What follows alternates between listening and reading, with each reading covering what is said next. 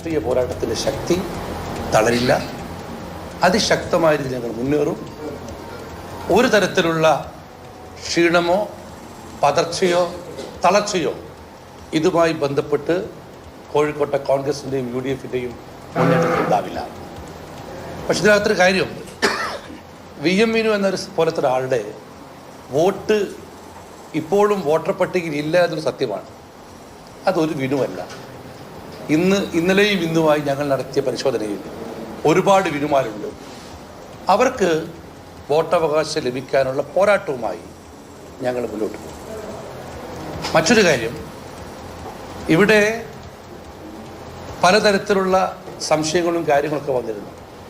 ഞങ്ങളെടുത്തൊരു political stand വിനുവിനെ സ്ഥാനാർത്ഥിയാക്കുക എന്നുള്ളതും മത്സരിപ്പിക്കുക എന്നുള്ള സ്റ്റാൻഡിൽ ഒരു പാളിച്ചയും പറ്റിയതായി ഞങ്ങൾക്ക് തോന്നുന്നില്ല.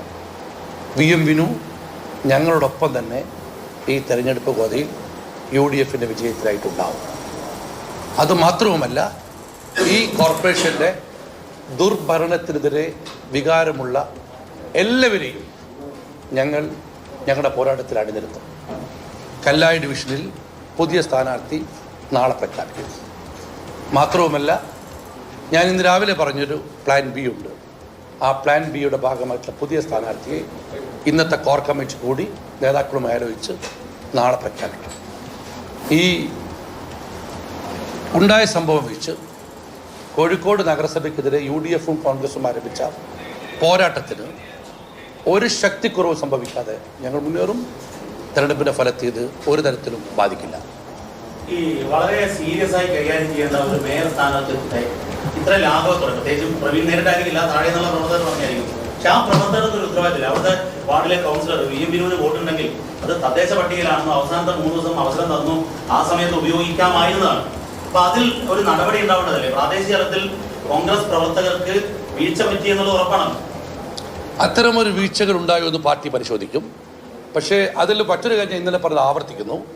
VM വിനുവിനെ പോലത്തെ കോഴിക്കോട് ജില്ലയിൽ കോഴിക്കോട് നഗരത്തിൽ ജനിച്ചു വളർന്നു വലുതായ ഒരാൾക്ക് വോട്ടുണ്ടാവില്ല എന്ന് സംശയിക്കേണ്ട യാതൊരു സാഹചര്യവും ഞങ്ങൾക്കുണ്ടായിരുന്നില്ല. അത് അത്ഭുതപ്പെടുത്തുന്നു. കാലം മാറി. ഇന്ത്യയിലും കേരളത്തിലും വോട്ടർ പട്ടികയിൽ പോലും എന്തും സംഭവിച്ച കാലം വന്നിരിക്കുന്നു. ഇത് ഞങ്ങൾക്കൊരു പാഠമാണ്. ഞങ്ങളെ തിരിച്ചറിയും.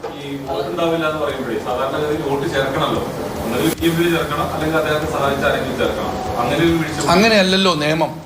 വോട്ട് ആര് ചേർത്തില്ലെങ്കിലും എന്താണ് തെരഞ്ഞെടുപ്പ് ഉദ്യോഗസ്ഥന്മാരുടെ ജോലി? ഞാനിപ്പോഴും അത് ഇന്ന് രാവിലെ പറഞ്ഞ കാര്യം ഉറച്ചു. കോടതി വിധി പരിപൂർണമായി മാനിച്ചുകൊണ്ട് തന്നെ ആ കാര്യത്തിൽ ഉറച്ചു നിൽക്കുന്നു. നഗരത്തിൽ ജീവിക്കുന്ന VM വിനുവിൻ്റെ വോട്ട് ഉൾപ്പെടുത്തേണ്ട ഉത്തരവാദിത്തം ഇവിടുത്തെ BLO-മാർക്കും കോർപ്പറേഷനിൽ അവരേൽപ്പിച്ച ഉദ്യോഗസ്ഥന്മാർക്കുമാണ്. ആ ഉദ്യോഗസ്ഥന്മാരെ ജോലി ചെയ്തില്ലല്ലോ. അവർ വീഴ്ചയിലില്ലാത്ത ആ വീഴ്ചക്കെതിരെയുള്ള പോരാട്ടം ഞങ്ങൾ ശക്തമായി തുടർന്നു.